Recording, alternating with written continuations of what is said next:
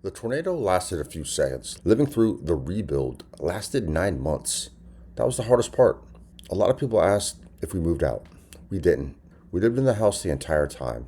If you're ever faced with that decision, here's what it's really like living through a major rebuild while trying to live a normal life.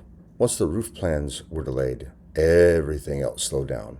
Demolition crew did everything they could, but there wasn't much trying to put the house back together until the roof was approved.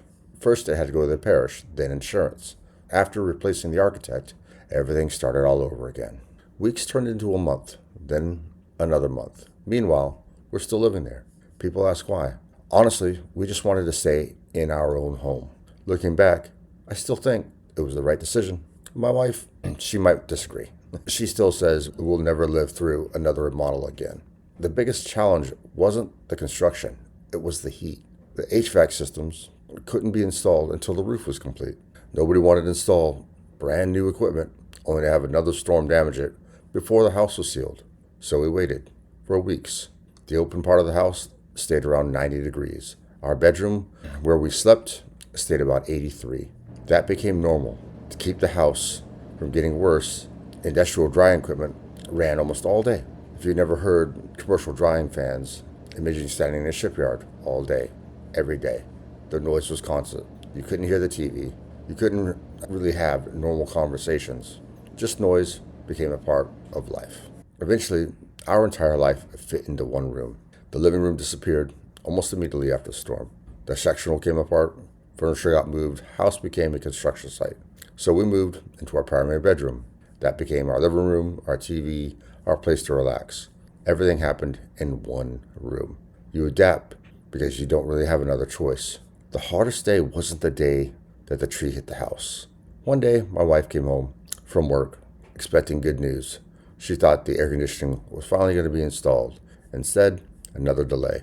She already had a rough day at work. She walked in tired, frustrated, almost in tears, not because of one thing, because everything had piled up. The Navy, work, the house, the heat, waiting. She wasn't mad at me. She was exhausted. And truthfully, so was I. I didn't argue, didn't try to fix it, just went to bed early. I just remember laying there thinking, what did I get myself into? Not because I regretted staying, because I was tired. Really freaking tired. What got us through those 9 months had nothing to do with the house. Looking back, my wife told me something I never realized while we were living through it. She said the day that I walked back into the house and flipped the switch, and from that point forward, I just executed. Every problem was another task, another call, another decision, inspection, contractor. I never hid the bad news from her, never sugarcoated anything, just dealt with the next problem. She leaned on something different. She's a cancer survivor. She just kept reminding herself, we've been through worse.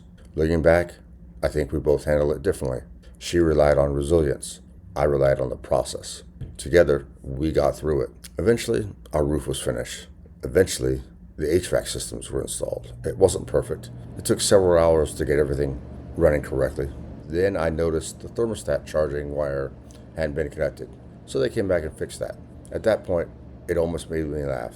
Everything we had already been through, one more repair didn't seem like a big deal anymore.